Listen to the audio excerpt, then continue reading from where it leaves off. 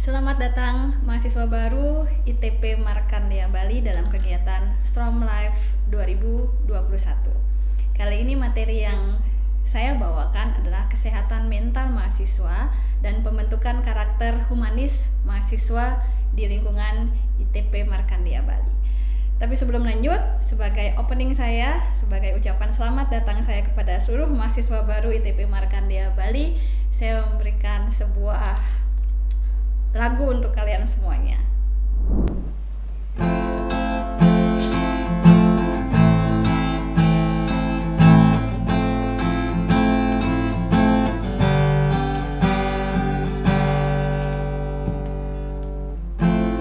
Sejenak cobalah kau pikir, memang semua ini harus berakhir. Sampai di sini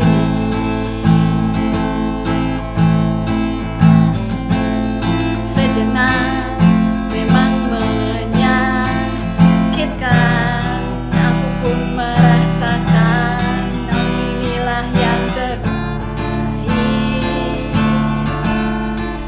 Janganlah kau diam, terus berjalan, hidup hanya sekali, jangan biarkan merenung, waktu takkan kembali, biarkan saja berlalu, cinta tak akan mati, isi relung hati, meski tak ada lagi cinta seperti yang dulu.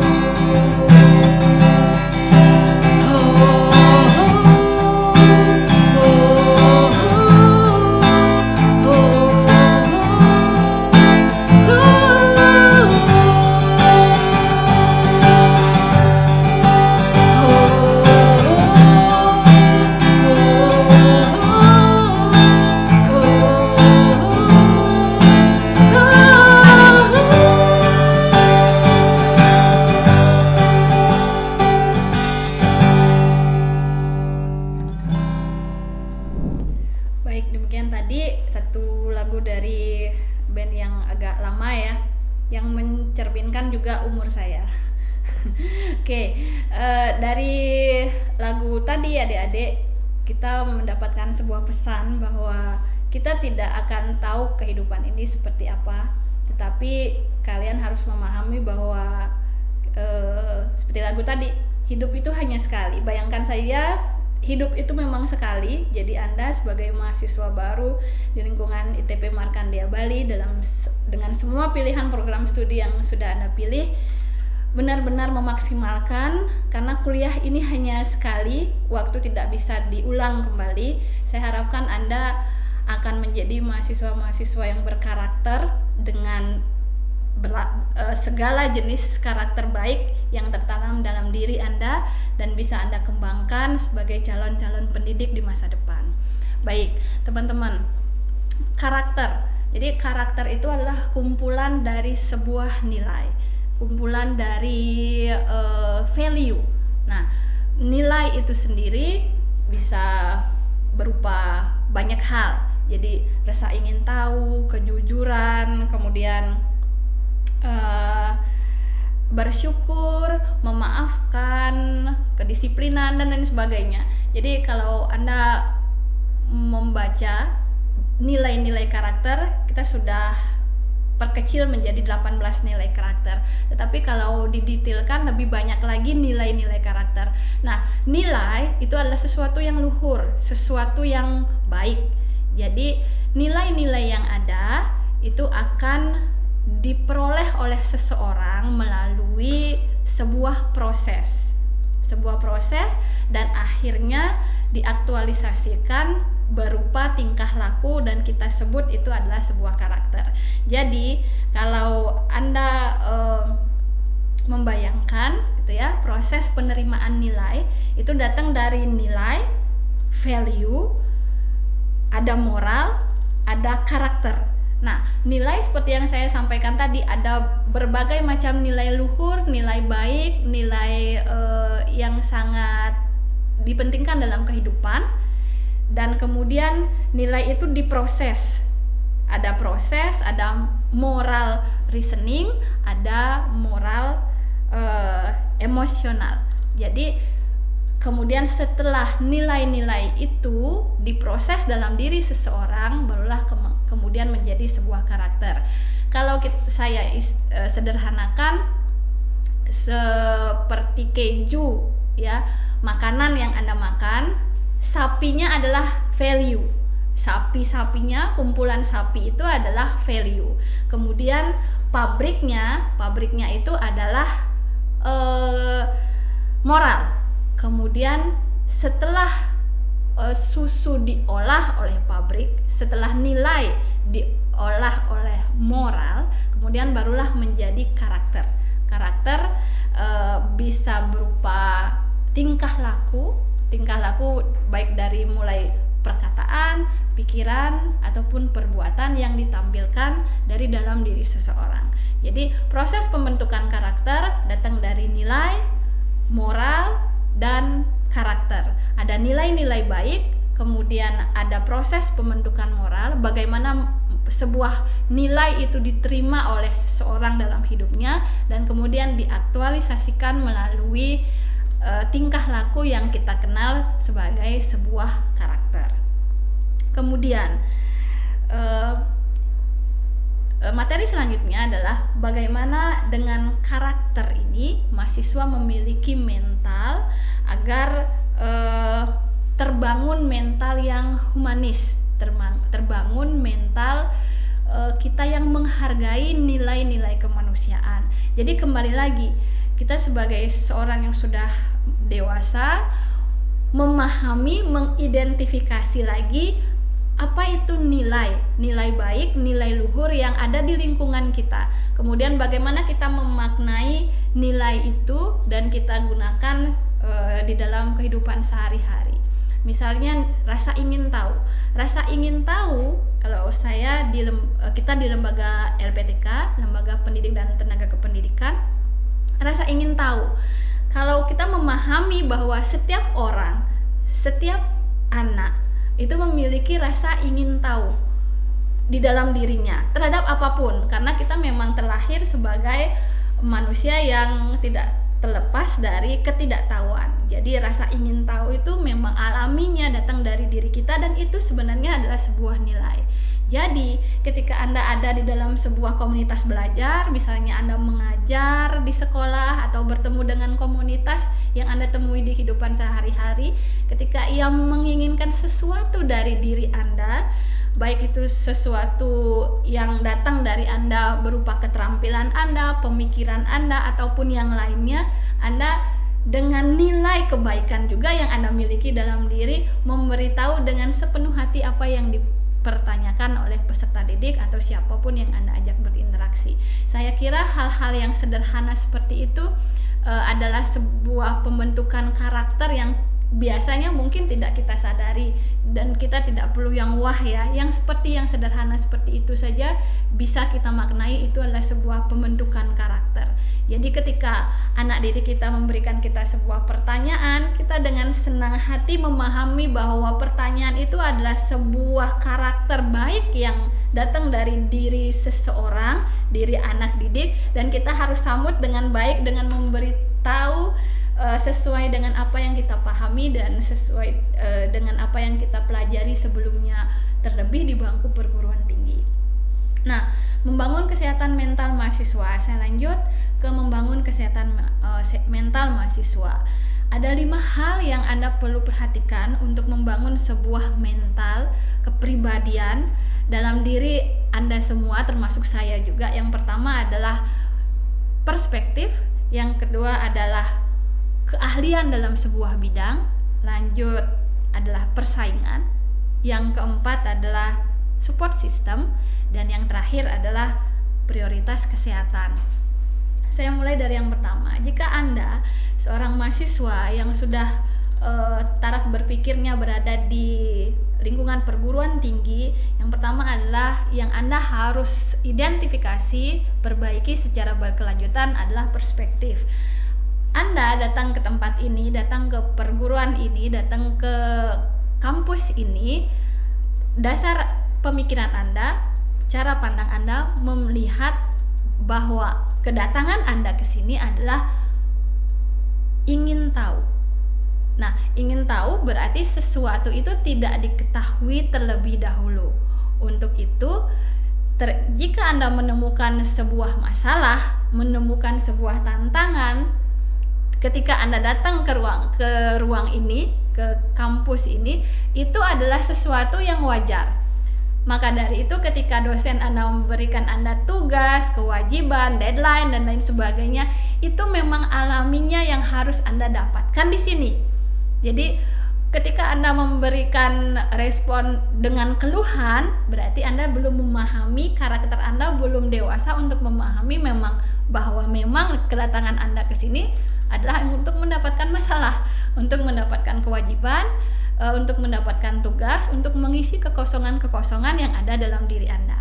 Lanjut, yang kedua adalah ahli di satu bidang.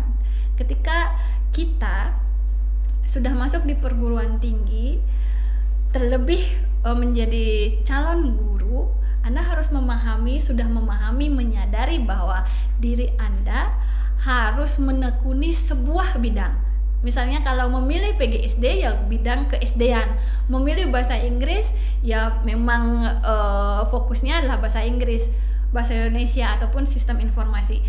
Jadi Anda harus memahami, menyadari bahwa itu adalah sebuah bidang yang Anda pilih. Kemudian setelah Anda memilih, Anda harus konsisten secara berkelanjutan untuk mengisi diri dengan masalah, dengan tugas, dengan kewajiban tadi untuk menambah keilmuan tersebut. Lanjut, kita memahami bahwa di dalam persaingan seperti sekarang kita tidak terlepas dari interaksi dengan orang lain. Jadi Anda berinteraksi dengan pesaing Anda berinteraksi dengan teman Anda, dan Anda juga berinteraksi dengan diri Anda sendiri. Jadi di saat Anda memahami bahwa ketika saya mempelajari sesuatu di kampus ini, orang lain juga mempelajari hal yang sama. Tetapi apa yang bisa saya dapatkan dari teman saya dan apa yang teman saya dapatkan dari saya, itu mungkin menjadi sesuatu yang harus Anda pikirkan dari sekarang. Kemudian support system. Untuk mendapatkan atau memiliki sebuah mental yang baik, Anda harus memiliki support system. Sampai saat ini, coba mungkin ditanyakan lagi dalam diri Anda, apakah support system Anda sudah maksimal Anda pahami, sudah maksimal Anda identifikasi, siapa dia, bagaimana cara Anda memanagenya, dan bagaimana cara Anda untuk memperlakukan support system tersebut. Misalnya yang mensupport adalah orang tua, pacar, pasangan, saudara, sahabat dan lain sebagainya. Jadi ketika Anda berada di lingkungan itu yang Anda rasakan bahwa inilah yang mensupport sistem support saya ini gitu misalnya. Jadi Anda harus mengidentifikasi, kemudian memaksimalkan ketika saya menemui masalah, ketika saya mendapatkan tugas yang tidak bisa saya kerjakan, support system inilah yang membantu menguatkan mental Anda. Kalau misalnya dalam perjalanan, inilah orang-orang yang Anda ajak menemani Anda untuk beristirahat sejenak dalam perjalanan. Bisa beli es krim dulu, bisa beli bakso dulu, kemudian baru lanjut lagi. Ya, diistilahkannya seperti itu. Jadi ketika Anda sudah mendapatkan sesuatu yang Anda cari di kampus ini, bagaimana Anda memperlakukan yang support system ini? Apakah hanya Anda datangi ketika Anda punya masalah, atau ketika Anda tidak punya masalah Anda tetap memelihara support system ini untuk stress release dan untuk kematangan mental Anda. Yang terakhir teman-teman, adik-adik mahasiswa, jangan lupa di masa pandemi ataupun tidak masa pandemi kita tetap harus menjaga kesehatan. Nah, prioritas kesehatan itu penting karena dalam raga yang sehat terdapat jiwa yang kuat. Tapi kalau olahraga tujuannya utamanya adalah untuk membentuk kesehatan fisik, melepaskan hormon stres dan lain sebagainya. Nah, untuk adik-adik mahasiswa mungkin di kampus ini juga ada beberapa UKM yang bisa digunakan, bisa diikut sertakan, misalnya UKM yoga, ya Pesraman Markandeya Bali ada yoga juga. Jadi Anda bisa memaksimalkannya, mengikutinya untuk memelihara kesehatan. Jadi menjaga kesehatan mental bukan hanya berpikir positif, teoritis seperti itu ya. Jadi ketika kita masuk di perguruan tinggi ada bagian-bagian khusus yang harus kita identifikasi dan kita harus pahami kita ada di mana. Jadi mengubah perspektif, memahami sebuah persaingan, ahli di satu bidang, memahami support system dan memprioritaskan kesehatan. Itu yang harus ditekankan kepada seluruh mahasiswa, bukan hanya saja mahasiswa baru tapi seluruh mahasiswa ITP Markandeya, seluruh sivitas ITP Markandeya Bali.